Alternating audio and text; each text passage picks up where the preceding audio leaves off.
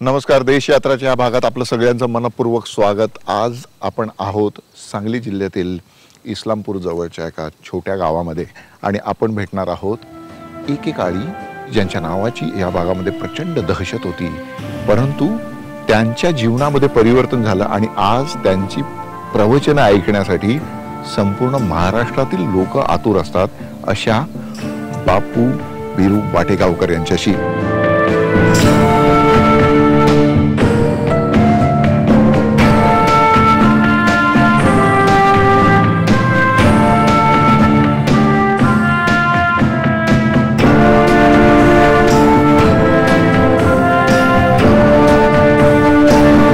आपण 90तल्या या तरुणाला त्यांच्या जीवनासंदर्भात प्रश्न विचारणार आहोत आणि त्यांच्याकडून जाणून घेणार आहोत त्यांची जीवनयात्रा. आपलं स्वागत आहे तुमचं देश यात्रामध्ये. तुम्ही आम्हाला वेळ दिली या सगळ्याच्या मध्ये आणि तुमचं वय 90च्या घरात असताना ही तुम्ही सगळीकडे फिरत असता, तुमची प्रवचनं ऐकण्यासाठी लोक येत असतात. काय सांगाल की तुमच्या जीवनामध्ये हे जे परिवर्तन आलं हे कशामुळे आलं, काय कारणीभूत त्याला ठरलं?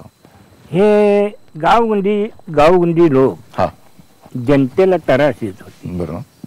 ते गावात आमचा एक रंगा शिंदे म्हणून होता, ते 35-40 पोराचे गँग होते. 35 लोक ते ठराविक कोंबड्याची खोरुडी म्हणून खाणार. एक मांगाची मुलगी ठारच मारून टाकली. काय मुलींच्या आबरू घेतल्या. अशा माणसाला काय करायचं? सांगितलं तर ऐकाय तयार नाही. हे तू कोण सांगणार म्हणायचं करा. आणि आमच्या इथं गणपती बसले होते, गणपती पुढं गणपतीचा प्रोग्राम होता आणि रंगाशिंदे रात्री 11 वाजताच्या वयामध्ये आला आणि बायकाचा दंगा करायला लागला. मी तालमीत खेळत होतो. फार माझ्याकडे ताकद होती मोठी. 2-3 आले तर एका टिपेऱ्यात पाडीत होतो. एक दिला ठोका तर ते पडलाच पाहिजे खाली, अशी ताकद होती. अशा मधून ते दंगा करायला लागला. मी आरमला अन्न काय करताय सरळ बोललो. ते 12 बोटे मला सरळच बोलणार, हे धनगर म्हणलं तुला काय करायचंय, जाऊन बस तिकडे जा.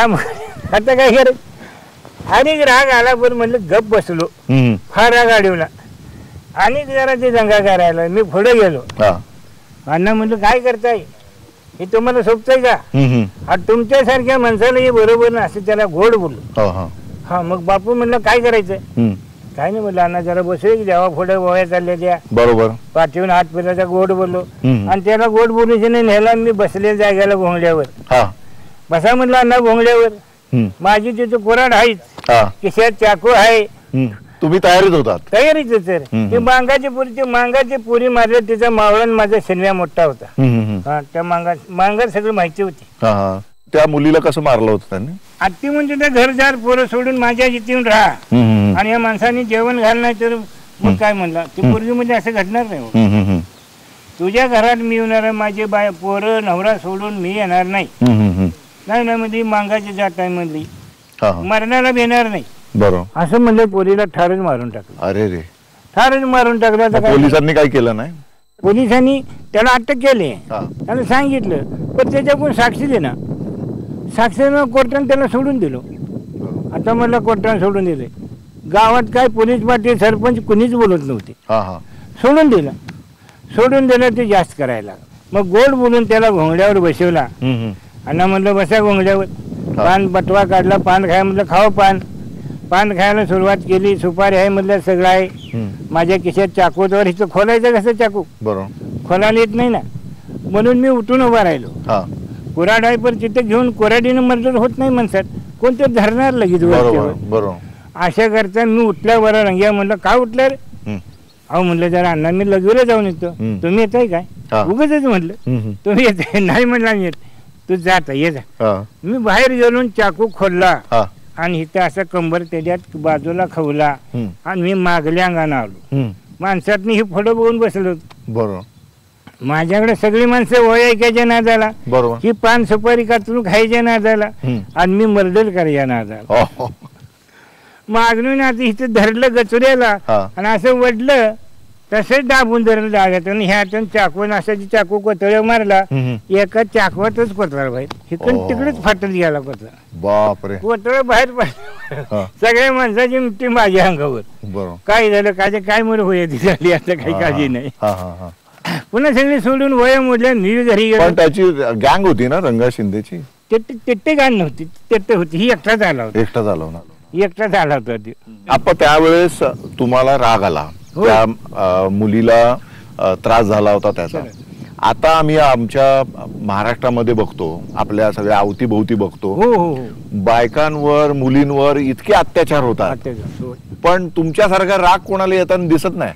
आणला पाहिजे त्या माणसानं ठेवायचंच नाही बलत करणाऱ्या त्याचा खलासच करून टाकला पाहिजे. ते पोलीस स्टेशन जर अटक होईल त्याला सजा लागेल पुन्हा सोडून देतात. असं माणूस तो ठेवला नाही पाहिजे असं केलं पाहिजे. कारण आता लहान लहान मुलींवर बलात्कार करतात. काय सांगायचे फार वाईट होते. तुम्ही पेपर वाचता? नाही मी वाचत मला वाचायचं नाही. वाचता शाळेतच गेले नाही. लहानपणी मेंढरा माग फक्त आम्हाला आई खायला चांगलं घालत होती. आई म्हणायची पैसा साठवून ठेवला तर म्हणजे एखादं पोरग जर दारूड निघालं चावट निघाल तर म्हणजे पैशाची वाट लागली. पोरं धड तर संसार धड. बरोबर. म्हणून आम्हाला खायला खूप तूप म्हणा चिक्की म्हणा सांजा म्हणा दुधातनं सगळा पदार्थ चांगला घालायचो खायला. त्यामुळे मी तालमीत खेळून अगदी पेस्ट तयार होती. पण आताची पोरं तालमीत जात नाहीत. नाही जात आता शाळेच्या नादाला लागले. शाळा बी शिकत नाहीत पोरी घेऊन जाते शाळेत नाही बोंबल सैराट सगळे कुठं शाळा शिकते जातात तरी काय ना दुसरा जो. तुम्ही काय सांगाल तरुण पोरांना? मी सांगतो अरे जेवणी सांभाळली पाहिजे. आई वडील काम करून तुम्हाला शाळेत घालतात तुम्ही पोरीने चिठ्ठ्या देता आणि सगळे मोबाईलच्या मागे असतात. मोबाईल काय ते टीव्ही काय त्याला काही हिशोबच नाही. त्यामुळे सगळे खोडी होऊन गेले. तालमीत असल्यामुळे तुम्हाला तो तसा राग आला तर तुम्ही राग आला तर ताकद पाहिजे. राग येतो पण ताकद नाही राग काय करणार. आप्पा तुम्ही तुमच्या हातून तो खून झाल्यानंतर पोलीस तर मागे लागली ना तुमच्या? मी घरात थांबलो नाही. सगळं हातपाय धुतलं रक्तात चाकू धुतला मी सर्व गुंगडे घेतलं उसात जाऊन शेण झोपलो. 25 वर्ष मी उसात झोपत होता सगळे. बापरे. आणखी गावात पोरं बातमी देणारे असणार ते कोण कुठं घावल ती मला सांगणार ते आमच्या शेतात येणार आहे त्याला तिथेच मारायचा आणि तिथेच डबर काढून पुरायचा. त्याचा पंचनामा होऊन द्यायचा नाही. तुम्ही ज्या लोकांनी महिलांवर अन्याय केला आया बायांना त्रास देत होते त्यांना तुम्ही धडा शिकवण्यासाठी धडपडत होता. एवढं दुसरं काय कारण आपण पैसा नाही कोणाचे पैसे घेतले नाही. पैसा नाही 2 लाख नोटा मिळते मला पैसा नको मध्ये जेवण द्या बस जेवण द्या बस म्हटलं बाकी काही मला नको. कोणी पोलीस स्टेशनला माझं रेकॉर्डच मिळणार नाही. सीएने दरोडा घेतलाय आमच्याला खडणी मागितले आमच्या पोरीला ताप दिलाय अशी केस मिळणार नाही पोलीस स्टेशनला नाही मिळणार. तुम्ही अशा किती लोकांना तुमच्याकडून? 12 लोक मारले. 12 लोकांना त्या गँग मधले दुसरे नाही. मग ते असेच अवतीभोवतीच्या गावातल्या लोकांमध्ये त्रास देत फिरत होते. आमच्या गावात त्रास लाईन गावातलं कोंबड्याची खोरडी न्यायचं उचलून शर्ला मागलं बोकाड असलं तर न्यायचं उचलून कापून खायचं. दुकानातला मसाला फुकटच कापड दुकानात कपडे फुकटच. मग आता हे काय खर्च कुठं आहे.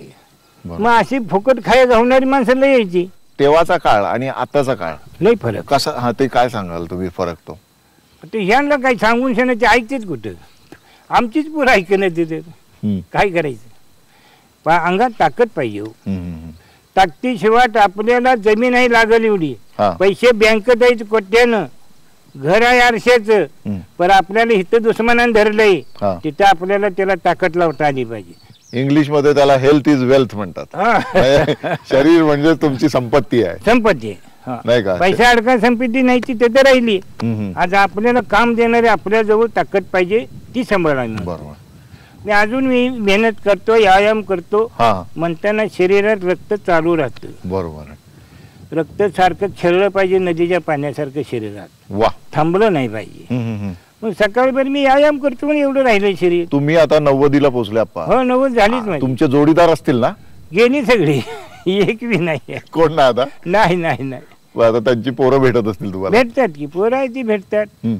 त्या अंड्यान रंग्यातली दोघांच्या घरात देवाला वंशाला मूल नाही. अरे वसाड घर आहे आता आमच्या गावात आहे. अशापैकी अन्याय करणारी वाईट करणारी माणसाचं चांगलं होत नाही. माणसाचं मन शुद्ध पाहिजे, चांगलं पाहिजे, त्या माणसाला भगवंत सहकार्य करतात. मी तुमच्या सिनेमामध्ये बघितलं, तुमची भूमिका मिलिंद गुणाजींनी केलेली आहे आणि त्याच्यात असं दाखवलं की तुम्हाला एक साधूबुवा भेटले. तुम्ही जेव्हा 23 वर्ष उसाच्या ह्याच्यात उपदेश ते सांगा ना, ते कसे भेटले तुम्हाला ते? हा, मी फरारी असताना रात्री 12 वाजता इथे बयेगाव आहे, बयेगावाजवळ रामलिंगाचं देवळ आहे आणि त्या रामलिंगाच्या देवळामध्ये मी रात्री 12 वाजता दर्शनला गेलो आणि तिथे दर्शनला गेल्यानंतर पुजाऱ्याला उठवलं, देवाचं दर्शन घेऊन आम्ही असं बाहेर निघालो, दोघं चौघजण होतो. आणि ती स्वामी गोंदवलेच्या महाराजाचे शिष्य जोगळेकर महाराज ते तिथे जप करीत होते, असे फिरत होते जप करीत. बसलं तर डोळं झाकतात आणि दिवसात जप करताना माणसं येतात, बरोबर, जप होत नाही, पण ती रात्रीच करत होती. आणि आम्ही आलेलो बघितलं आणि ती महाराज आमच्या आडवी आली, आमच्यावर रागावले. अरे म्हणली ते टाइम बाहेर आहे दर्शनाचं. हो नाही म्हणलं साहेब. मग म्हणली एवढ्या रात्री आला, 1 वाजलेत, त्या पुजाऱ्याने झोपायचे, आमच्यावर रागावले. बरोबर. अहो काय करायचं महाराज, म्हटलं आम्हाला बी याला टाइम नाही. काय झालं, काम बुरतंय काय बोलायची? नाही म्हणलं आम्हाला जरा भीती आहे पोलिसांची, पोलिसांची भीती आहे म्हणलं. त्यांच्या लक्षात आलं, कारण तुमच्या नावाचा दबदबा होताच ना. आणि म्हटलं तुम्ही बोरगावकर काय? तर म्हटलं हो बोरगावकर आहे. बापू तूच काय? हो म्हटलं मीच आहे. आणि म्हणजे चांगलं केलं, फार म्हणजे मोठा गुंड मारलाच, गावाला एवढा आनंद झाला. आणि म्हणजे खोल्या सगळ्या गावानं पोळ्या करून खाल्ल्या असा आनंद नाही, तुला त्याचं पुण्यही मिळणार आहे. अरे वा. पण म्हणलं तुला मी सांगतो एवढं ऐकलं पाहिजे, सगळ्या वस्तू सोडल्या पाहिजेत. काय तर म्हणलं मटण खायचं नाही, मस्तीची वस्तू आहे, मस्ती आली तर मन अडवत नाही. काय बरोबर, त्याकरता म्हणलं दारू पिलं तर माणूस भुलून जातो, बरोबर, दुरे दारू सोडली पाहिजे. पान, तंबाखू, सुपारी, कुठला गुटखा बिटका, बिडी सिगरेट काही सुद्धा व्यसन नाही. आता 60 वर्ष मी एकही व्यसन केलेलं नाही. तर तुम्ही जेव्हा त्या महाराजांना भेटल्यानंतर मग बदल झाला आणि त्यांनी मला माळ घातली, त्यांनी सगळं मार्गदर्शन केले, रामनामाचे डब दिले आणि म्हणलं ही सांभाळ तू जगतीस, नाही सांभाळलं तर मी जबाबदार नाही. ह्यात कुठलीही म्हणलं फरक पडायचा नाही. मर्डर म्हणलं किती लिहू देत त्याला जबाबदार मी, पण कोण मारायचं, अन्याय करणार. तू एखाद्याला पैसे मागतील, एखाद्याकडून लाखानं 2 लाखां नोटा मिळतील, पैसा बिसा घ्यायचा नाही. पैसा घेतला तर म्हणलं तू राहत नाहीस, त्या माणसाचा तळतळा लागतो. पैसा एवढा मागून तर मला जेवण माग, तुला बाकीचं काय कमी पडणार नाही. आणि तसं मला आवश्यक काहीच कमी पडलं नाही. काय म्हणता? 2 एकर होती, आता 12 एकर जमीन आहे. 12 एकर बागायती जमीन. अहो पोलीस पाटलांनी मला एकर जमीन फुकट लिहून दिली गावातल्या. एका बामणानं 3 एकर दिली आहे. अशी त्याला रंग्या मागेचं बामण गाव सोडून गेलो होतं, ते रंग्या मारल्यावर आलं, मग ते आम्हाला जमीन दिली त्यानं. हे रंग्या म्हणला मागे आपण तुम्हाला घ्या, मी गाव सोडून गेलो, रंग्या असं मला मारलंच. बरोबर. आणि चांगलं केलं म्हणून अशी काय लोकांनी जमीन आम्हाला दिली, काय आम्ही घेतली, पण अन्याय करून कोणावर नाही, कोणाचा तळतळा नाही, अशा पद्धतीने राहिलो. तुम्ही जेव्हा रानामध्ये राहत होता नंतर मग तुम्ही पोलिसांमध्ये हजर झाला? नाही, मला पकडलंच राहणार त्याने. पकडलंच का? पकडलंच. मी गावात नव्हतो, मी कुठं झोपतोय कुणाला सांगणारच नाही. मग पोलीस तर घरापर्यंत आले असणार? घरात जाणार, आमच्या घराला 5 वर्ष पारा. अरे बाप. मी घरात जायच्या वाटेवर दडून बसणार, ही बायकोच्या नादान जाईलच घरला म्हणायची. आम्हाला जे कळलं माणसं राहण्यात येणारी, त्या पोलिसाकडे कुत्रं भुकं जाणार. मग ते भुकलं कशाला भुकते, हिने बघ ती टोपी दिसणार त्यांची.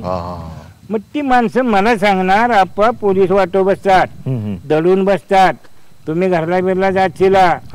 नाही जात, बरं झालं म्हणलं. आम्ही घरलाच गेलो नाही, गेली बोंबलो तिने. अरे बापरे. अशा पद्धतीने 25 वर्ष घरी गेलाच नाहीत? नाही, घराकडे गेलोच नाही मी. घरात जायचं. पण घरची लोक भेटायचे तुम्हाला? भेटाय मग कुठेतरी बोलवायचं, सासरवाडला असं लांब पाहुण्याच्या गावाला. अरुण गवडीने मला बोलवून घेतलं त्यांच्या खोलीवर. हो का? आणि म्हणजे आम्ही एवढं करतो, आमचं नाव गाजत नाही. हे बापू बिरो वाटेवरांचं नाव जोरात गाजते काय आहे. तर म्हणलं आम्ही कुणाला ताप दिलेला नाही, हा हा आपण जनतेला संरक्षण आहे, बरोबर. जनतेला ताप देणारी मारतो आम्ही.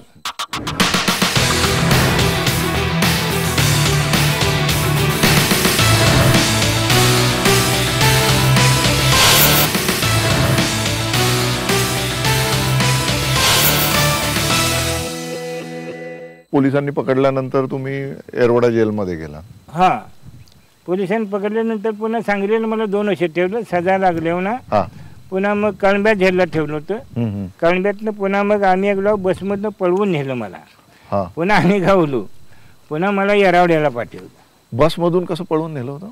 लोकांनी म्हणलं तर ह्याला कुठली सट्टी देते म्हणून. काही लोक चावट बुद्धीजीवी असतात हो, हा पैसे उचलायसाठी नावाखाली पैसा लोकांना सांगितलं, हे आपण लावून दिले, हा हा दे 10,000 रुपये, द्या लाख रुपये.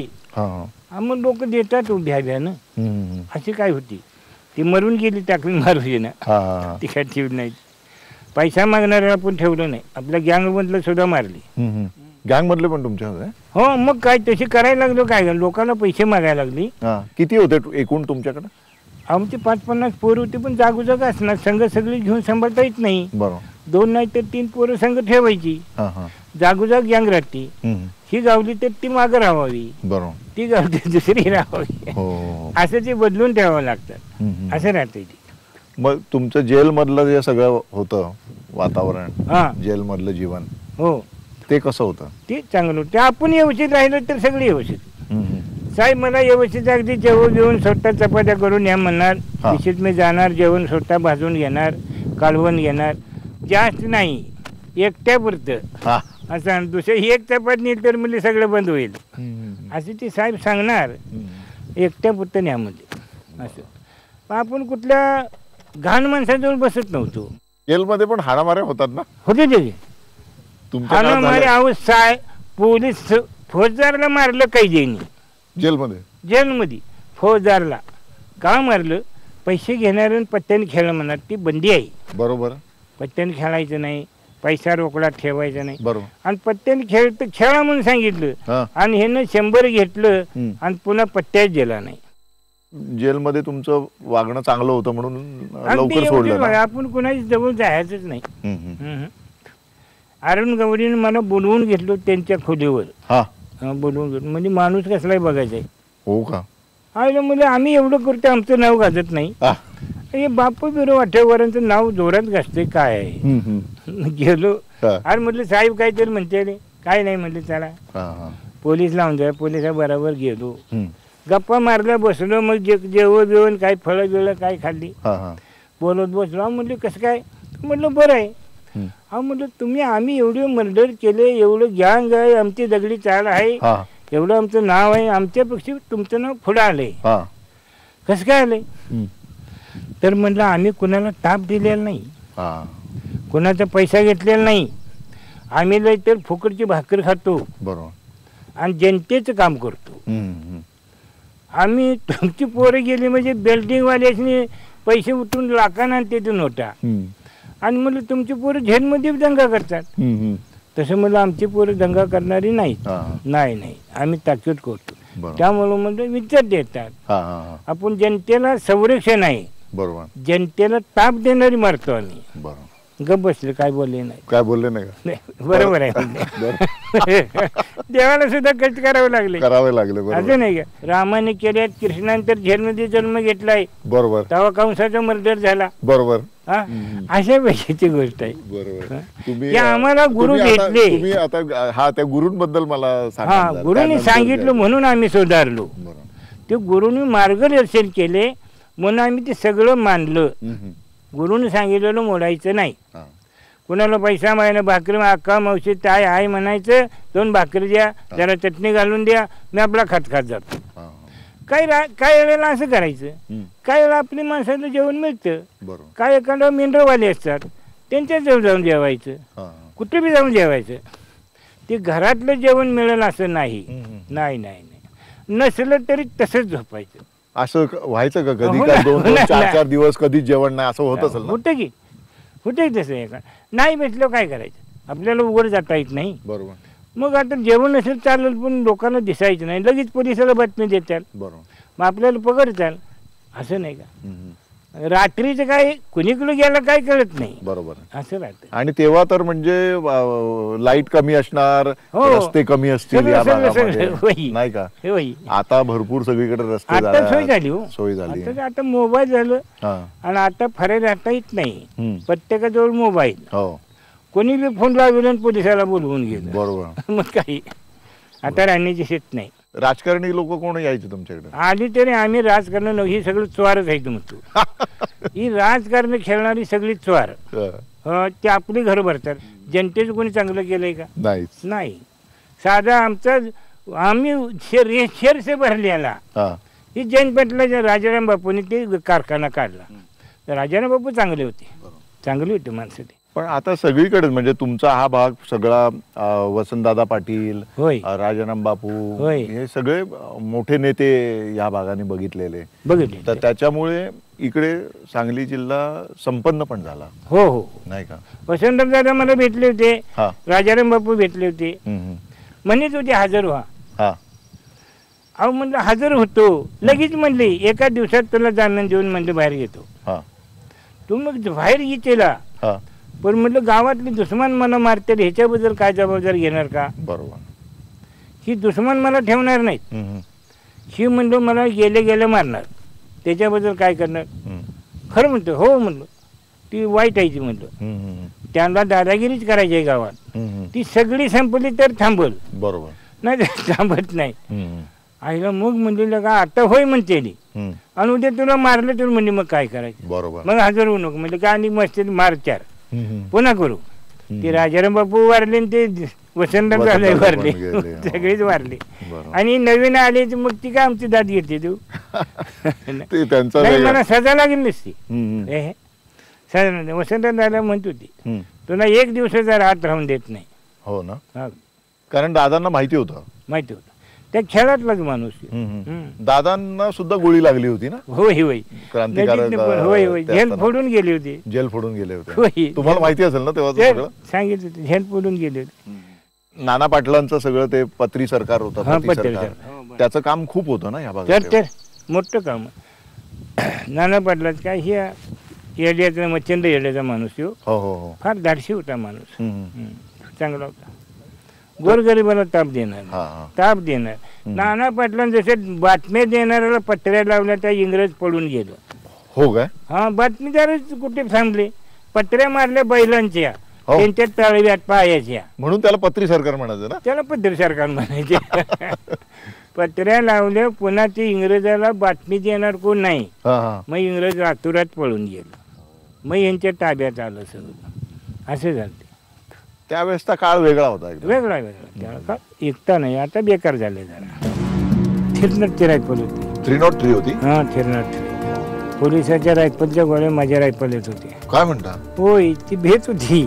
ती कुठून आणली तुम्ही?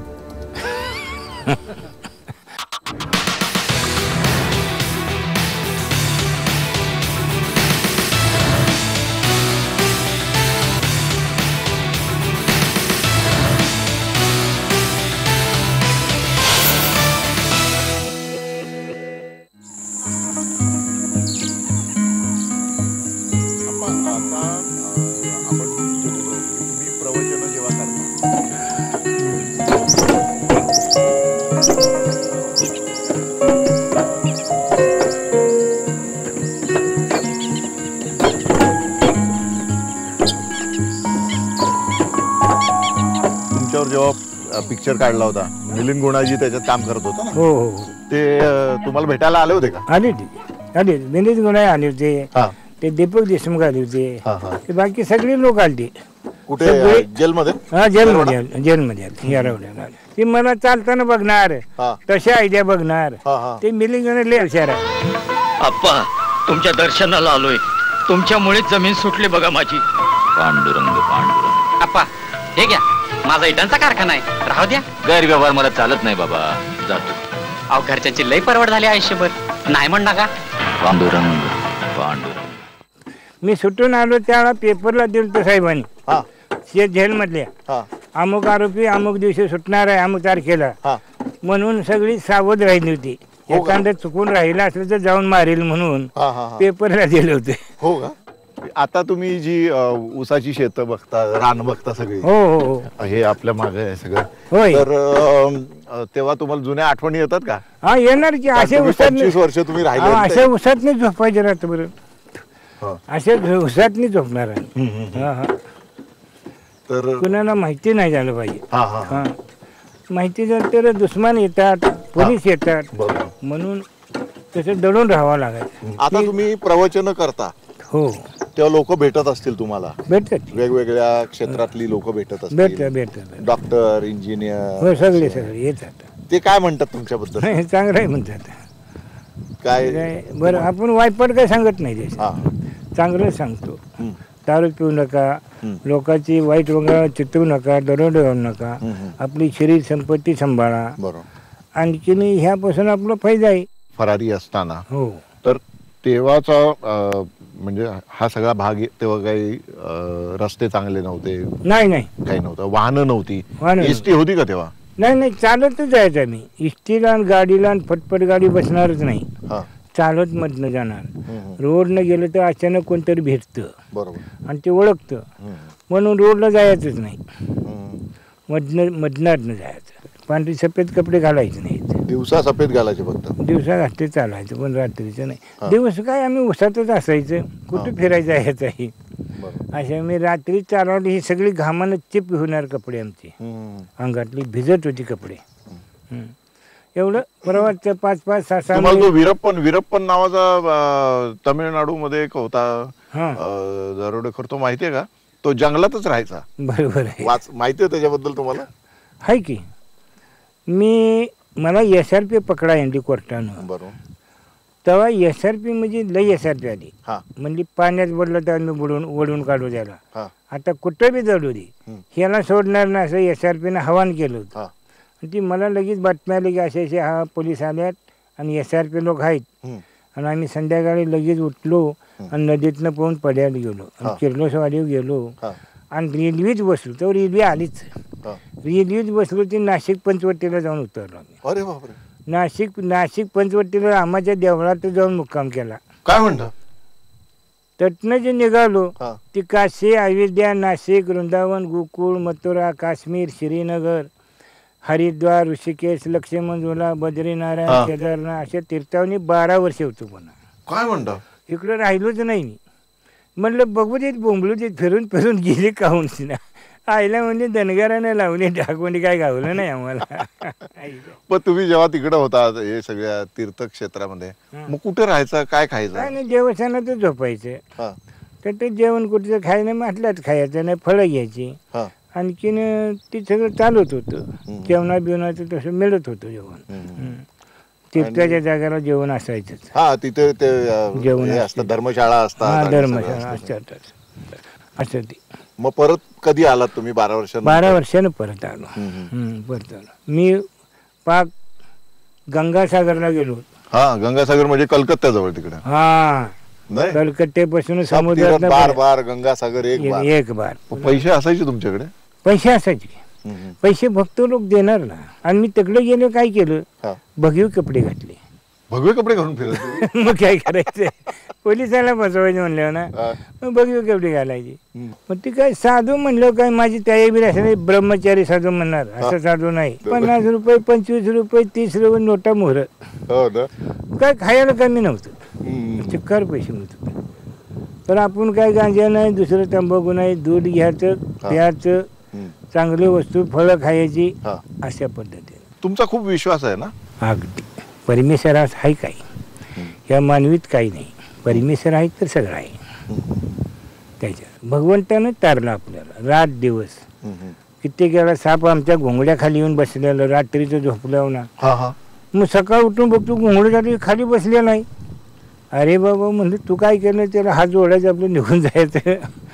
म्हणजे अशी अवस्था सुद्धा. त्या सापाच्या घरातच आम्ही हो, सगळ्यात नाही झोपायचं. ती काय स्वच्छ जागा आहे. कुठे असे उसात पाला दाट असेल त्या उसात जायचं. बरोबर. का जरी उसात शिरली तरी पाला वाजला तर आपण उठो असतो. बरोबर. कोणत्या दिशेनं पाला वाजतो तिकडे रायपूरची नळी करायची, द्यायचा लागतो. मग तिथे काही मय चालते. अशा पद्धतीनं उसात झोपायचं म्हणजे माणूस सावध होतो, पाला वाचतो. मैदानात झोपलं तर काय कळत नाही. हां, म्हणून अडचणी झोपल्याशिवाय आमची झोपच लागणार नाही. मग जेव्हा परत आलात तुम्ही जेलमधून, मग तेव्हा घरामध्ये झोप लागायची का? हा, ती आता घराकडे आल्यानंतर ती गोष्ट वेगळीच आहे. हो, आपण हा रस्ता जो आहे हा तुमच्या काळातच झाला, तुम्ही जेव्हा फरारी होता अगदी करेक्ट. ते जयंत पाटील आले आणि म्हणले यातनं गाड्या निघत नाही, त्या चिकट आहे, ऊसातलं पाणी रस्त्यात होतं. ते माणसं म्हणली करा, पण रस्त्यावर काय करायचं, आम्ही बाबाला तोडणार नाही, नालं मारून देणार नाही, रस्त्यावर. मग रस्ता नुसता कसा करायचा? बरोबर. मग त्यांनी माझ्याकडे निरोप दिला. आपण म्हणलं एवढी करायला पाहिजे. म्हणलं मी फरारी, म्हणलं मी काय करू? म्हणजे कोण अडवईल त्याला तेवढं तुमच्या भाषेत सांगा. आम्हाला शिवी देता येत नाही, रागाला येता येत नाही. तुम्ही दोन काठ्या मारले तर चालतंय, शिवी दिला तर चालतंय, तुमच्या दहशतीवरती माणसं थांबतील. मग तशी विरोध पार्टीची सुद्धा शंकरनेवरती आडवा आला, त्याला आम्ही वाटतं घेऊन चोपला. तो गुंडच होता. हो का? आणि म्हणलं इथं माझ्यावर काय करायचं नाही, उकरायचं नाही. तर मी म्हणलं उद्या तुझी गाडी तर रस्त्यावरच गाडी जाळून टाकेन बघ. ते आलो होतून तुझी गाडी रस्त्यावर जाळीन. शिव्या दिल्या त्याला. मग हात जोडलो, म्हणला नाही, म्हणला करा. मग पुन्हा कोण आलंच नाही आडू. पण त्यामुळे हा रस्ता झाला. किती 5 किलोमीटर रस्ता आहे? गावापत्तूर सगळा रस्ता, खालून गावापत्तूर रस्ता. ही काठी तुम्ही आधीपासून तुमच्या हातातच असते का? ते बाहेर सुटून आल्यापासून आहे. सुटून आल्या आधी रायफल होती 303. 303 होती? हा, 303. पोलिसाच्या रायफलच्या गोळ्या माझ्या रायफल येत होते. काय म्हणता? होय, ती भेट होती. ती कुठून आणली तुम्ही? ती काय सांगत नाही, सिक्रेट आहे, सांगायची नाही. गुपित आहे, गुपित गुपित. ती सातारच्या झेलमधनं त्या खजिन्यामधनं काढली रायफल. काय म्हणता? त्या खजिनदार राखणारा एकच होता. त्याला म्हणलं रुपये किती पाहिजे सांग. 2 लाख पाहिजे. घे म्हणलं, दे हत्यार काढून. ती एकटाच होता. आणखीन रायफल दिल्या. मग 4 दिवसानं रायफल मधले एक रायफल कमी आली. पण रायफल गेली कोणाच्या पारीतनं हे माहित नाही. आज मग आमचं बी नाही, ते बी नाही. पुन्हा मग आम्ही घावली, ती रायफल घावली. तेव्हा त्याची चौकशी निघाली असेल? चौकशी निघाली. पण आम्ही सांगितलं, मेल्याने माणसानं मला आणून दिली. मग ते जाऊन विचारलं घरात, अहो म्हणली तुमच्या मळ्यात बापू येत होते का? हो म्हणली येत होते. तुम्ही जेवण देत होता? हो देत होतो. हो म्हणलं सगळं झालं, पण तुमचं मालक कुठे गेले हो? अहो मालक म्हणली वर्ष झालं खराब झाले, ती वारलेच म्हणले, आजार पडले होते. आता म्हणली रायफल विचारायची कोणाला? साक्षीदार मला दिली म्हणताना सजा लागली. ती साक्षीदार 2 मारले. तेवढे पुन्हा साक्षीदाराला कोण आलं नाही. त्या रायफली सुद्धा साक्षीदार आली नाही. मग कोर्टाने विचारलं, म्हणलं अरे ह्याला पंच नाही, याला साक्ष नाही, रायफल बापूजी म्हणायचे कसं? ती फौजदार रायफल घातली. कुठल्या गुन्ह्यातली रायफल तो ठेवली. आजी ती रायफलची ही झाली, ती सरकारला जमा झाली. आजकाल तर सगळं असं झालेलं की मतदान म्हणजे पैसे देऊनच, बाटल्या देऊन पैसे देऊन मतदान. हो करतात, बरोबर आहे. मग ते कसं काय थांबवता येईल मग? हा, त्याला काय दंडुकशाही जरा करावी लागेल, त्याशिवाय होणार नाही.